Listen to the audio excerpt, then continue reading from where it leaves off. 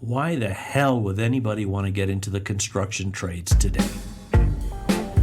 Welcome to Pro Tradecraft's Career Toolbox.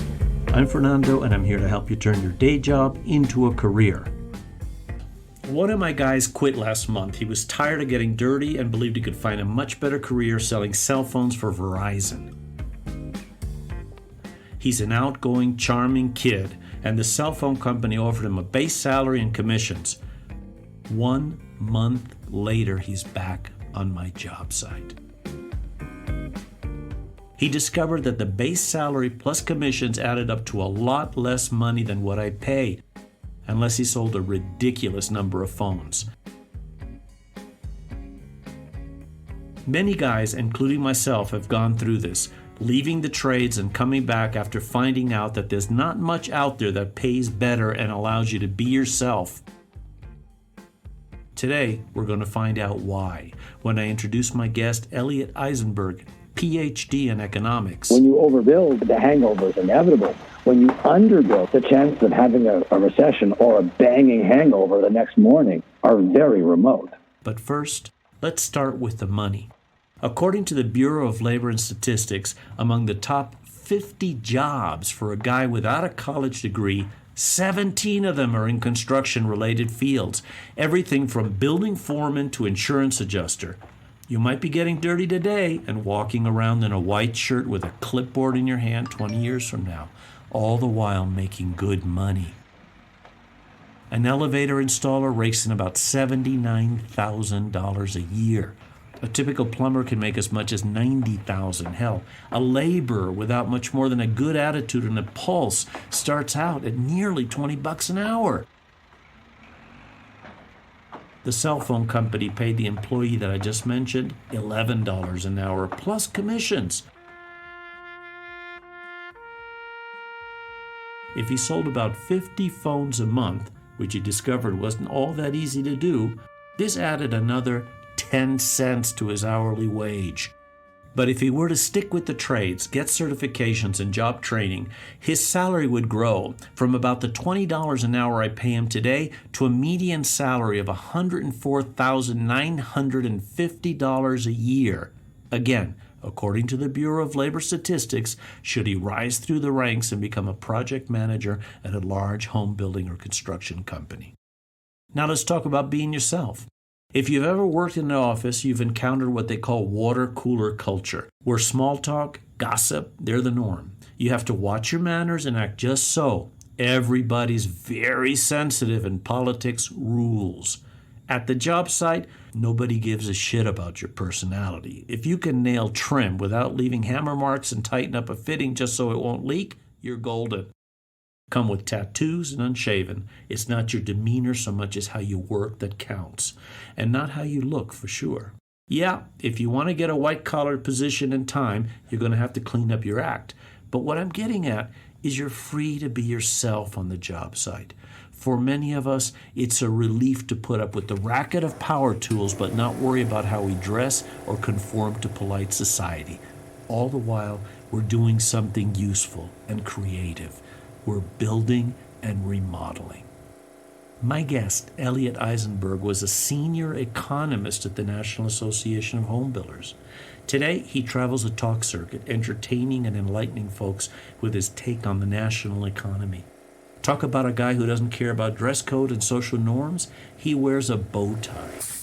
And I've seen him standing on a table addressing a crowded room of builders, smiling ear to ear, because the guy is funny and he has good news for our industry. Elliot, welcome to Pro Tradecraft's debut episode of the Career Toolbox. This is great, Thank you for the invitation. Let me start with a very basic question, and the one I posed at the top of this podcast.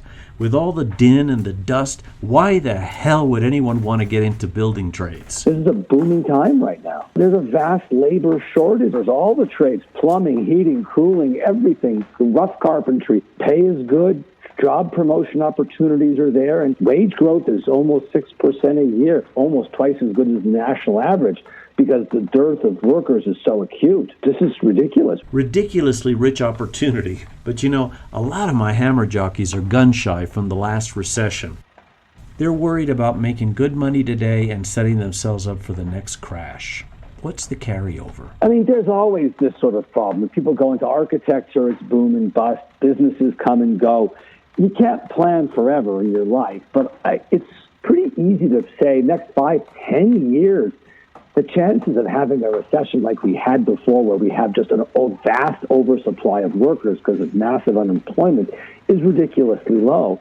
We're underbuilding dramatically right now. We should be building 1.5 or 1.6 million units a year. We're building 1.2.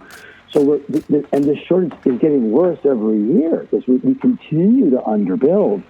So even if we have a recession, the demand for construction, the demand for homes will continue, albeit a little more slowly than now, but it's hard to see that. What we had in 2008-9 was a once-in-a-lifetime experience. A lot of economists are predicting another recession in 2019 or 2020. Even if we go into a recession, it'll be a normal recession, and we'll get out of it. Job growth will continue. The home shortage, the construction shortage that persisted before the recession will continue after the recession. The problems are that cities don't allow new construction to be undertaken.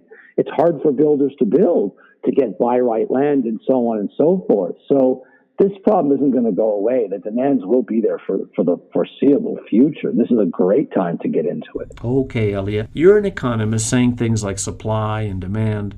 Could you give us a little tailgate economics lesson in supply and demand? Sure. If you look at it today, job creation's about 2.4 million, 2.5, whatever. That translates into about 1.2, 1.3, 1.4 million households, new households a year. People who move out of their parents' house or grandparents' house and want to live by themselves or with housemates or whatever. But we're only building 1.2 million units right now, 1.25 million. So we're underbuilding by about 100,000 right there. But on top of that, there's demand for second homes, there's tear downs, and there are natural disasters. So if you add all that in, we're underbuilding by 300,000, maybe 400,000 a year. And we've been doing it now for the better part of a decade. So we're underbuilt by 3 million, 3.5 million, 4 million units. By contrast, back in 2006, 2007, instead of building 1.2, 1.3 million like we're building now, we were building 2.1 million. That's 35%, 50% more, than we're building now. We were vastly overbuilding.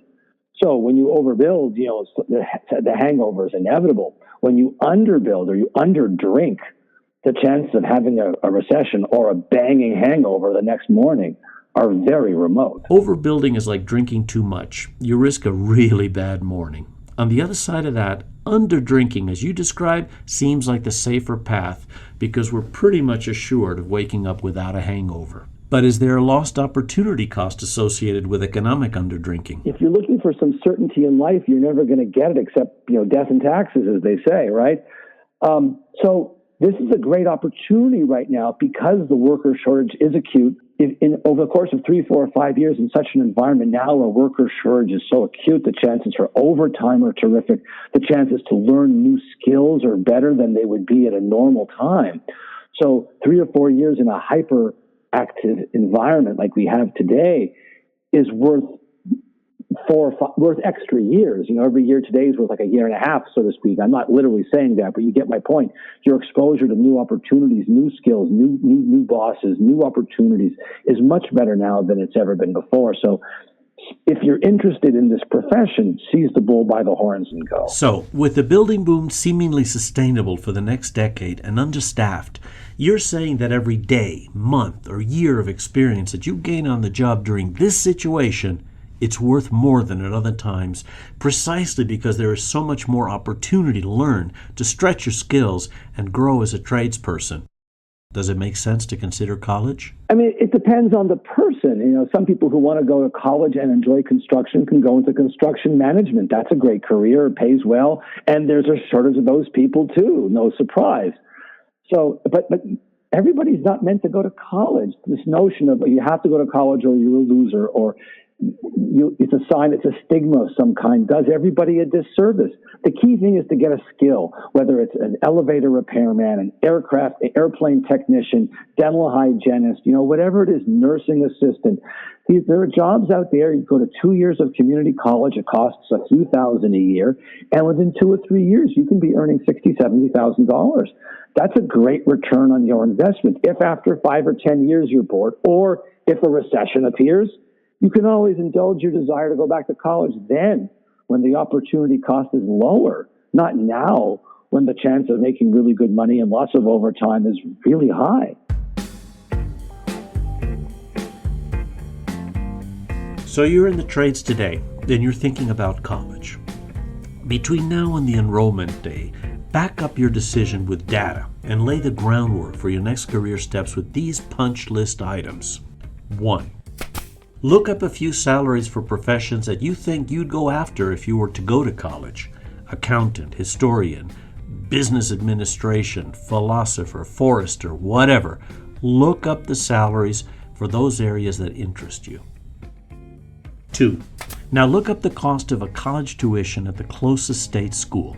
Multiply that number by 4, and you're looking at the rough amount of cash you'll have to pay in order to gain the earning potential of the salary exercise we just completed. But that's not the whole opportunity cost. It's only part of the opportunity cost.